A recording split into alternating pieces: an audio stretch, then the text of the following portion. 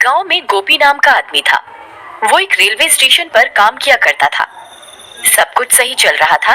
फिर एक दिन उसे काम से लौटने में देर हो जाती है। बाहर बारिश होने की वजह से उसे कोई रिक्शे वाला भी दिखाई नहीं मिलता। अरे ये क्या, आज तो कोई रिक्शा वाला भी नहीं है। अब क्या करूं? हाँ, एक काम करता हूँ, पटरी के किनारे किनारे चलता हूँ। फिर गोपी छाता लेकर पटरी पर चलने लगता है। वहाँ उसके अलावा कोई भी नहीं होता। वहाँ बहुत अंधेरा होता है।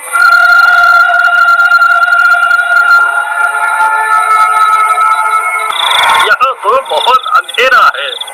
कहीं मैंने इस रास्ते से आकर कोई गलती तो नहीं कर दी? तभी पीछे से कोई उसका नाम पुकारता है, गोपी गोपी। अरे मर गए रे, यहाँ तो कोई भी नहीं है। फिर पीछे से मेरा नाम कौन पुकार रहा है? क्या करूं? फिर गोपी पीछे मुड़कर देखता है तो वहाँ कोई भी नहीं होता।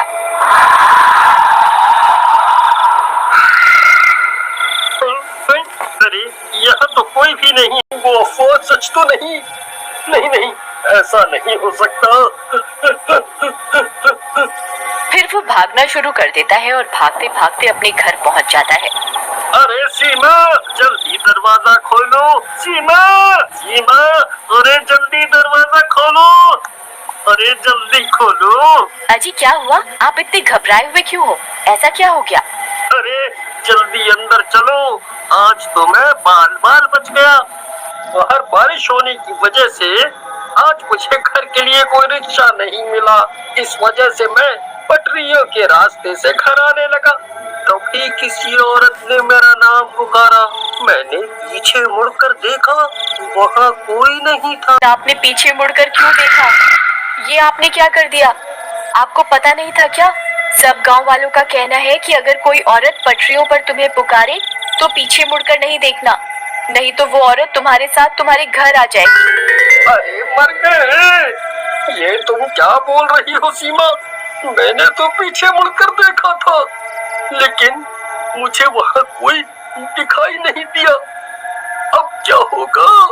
क्या वो चुड़ैल मेरे पीछे पीछे घर तक आ जाएगी? तभी कोई जोर जोर से उनके घर का दरवाजा पीटने लगता है।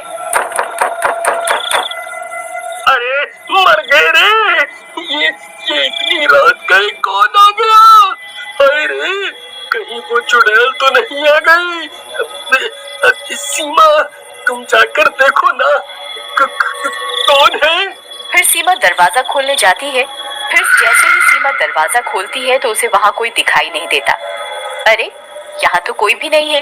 फिर सीमा दरवाजा बंद कर देती है और कमरे की ओर जाने लगती है कि तभी फिर से कोई दरवाजा खटखटाता है। अरे अब फिर से कौन आ गया? अभी तो कोई भी नहीं था। सीमा फिर से दरवाजा खोलती है लेकिन बाहर कोई भी नहीं होता। लगता है कोई बच्चा शरारत कर रहा है। फिर सीमा दरवाजा बंद कर लेती है, लेकिन बाहर कोई गोपी का इंतजार कर रहा होता है। उसे इंतजार होता है। अरे सीमा, लगता है कोई शरारत कर रहा है। तभी फिर से दरवाजे पर दस्तक होती है। सीमा, इस बार मैं जाता हूँ, तुम यहीं रुको। अभी इन बच्चों को सबक सिखाता हूँ। फिर गोपी दरवाजा खोलने जाता है और जैसे ही दरवाजा खोलता है उसकी आंखें फटी की फटी रह जाती हैं। तभी गोपी की चीखने की आवाज आती है। अजी अजी क्या हुआ? आप ठीक तो है ना? फिर सीमा भागते हुए दरवाजे पर जाती है, लेकिन गोपी का कोई नामो निशान नहीं। कहाँ चले गए? तभी एक गांव वाला सीमा के घर के पास भागता हुआ आता है। अरे सीमा बहन, अनर्थ हो गया। तुम्हारे घर एक औरत सफेद साड़ी में आई और गोपी भाई को घसीटते हुए अपने साथ पटरियों की तरफ ले गई। लेकिन ये कैसे हो सकता है?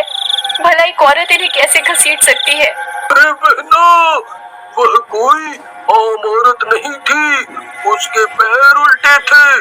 वो वही चुड़ैल थी जिसे लोगों ने अक्सर पटरियों पर चलते हुए देखा है। वीरू भैया, हमें इन्हें बचाना होगा। आप चलिए मेरे साथ। फिर वे लोग अपने साथ कुछ गांव वालों को लेकर उन रेल की पटरियों की तरफ जाते हैं। वहाँ बहुत अंधेरा होता है। अरे गोपी भाई, आप कहाँ हैं? गोपी भैया, क्या आप मुझे सुन सकते हैं? हूँ। इधर देखो आगे की तरफ, मुझे बचाओ, कोई मेरी मदद करो। अरे ये तो गोपी भैया की आवाज है, ये तो सामने से आ रही है। चलो भाइयों। फिर वे लोग दौड़ते हुए गोपी की आवाज का पीछा करने लगते हैं और कुछ ही देर में वहां पहुंच जाते हैं। वहां पहुंचकर उनकी आंखें फटी की फटी रह जाती हैं। चुड़ैल ने गोपी को रेल की पटरियों के बीच काट रखा होता है। गोपी का सर बाहर होता है और बाकी का शरीर जमीन के अंदर होता है। अरे गोपी भाई, ये आपको किसने जमीन के अंदर गाड़ दिया? अरे भाई मेरी मदद करो, उस चुड़ैल ने मेरी ये हालत कर दी है। वो यहीं आसपास ही है, जल्दी से मुझे बाहर निकालो। कहीं कोई ट्रेन आ गई तो मैं नहीं बचूंगा। फिर कुछ गांव वाले गोपी का सर पकड़कर उसे बाहर खींचने की कोशिश करने लगते हैं। आई मम्मी, आई, अरे नास मिटो, ये क्या कर रहे हो? मेरी गर्दन धड़ से अलग करना चाहते हो क्या? आई, आई। तभी डरावनी डरावनी आवाजें आने लगती हैं। अरे भाइयों, जल्दी मुझे यहाँ से निकालो, मैं उस चुड़ैल को महसूस कर सकता हूँ। वो यहीं कहीं है, जल्दी करो। तभी वो चुड़ैल वहां पहुंच जाती है। चुड़ैल को अपने सामने देखकर सबकी हालत खराब हो जाती है। अरे मर गए रे, ये तो वही पटरियों पर घूमने वाली चुड़ैल है। अब क्या करें? भाइयों, मैं तो कहता हूँ जल्दी से यहाँ से निकल लेते हैं, नहीं तो ये किसी को जिंदा नहीं छोड़ेगी।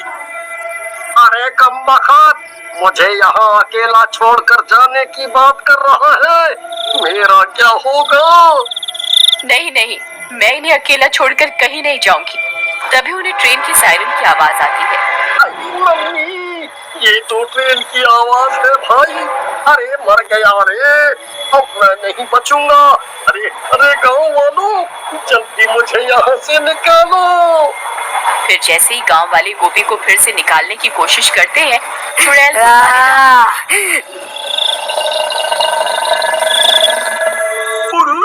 भागो रे, ये चुड़ैल अब हमें नहीं छोड़ेगी, भागो। फिर वे सब गांव वाले पटरी से दूर भाग जाते हैं। ट्रेन की आवाज भी अब तेज हो जाती है।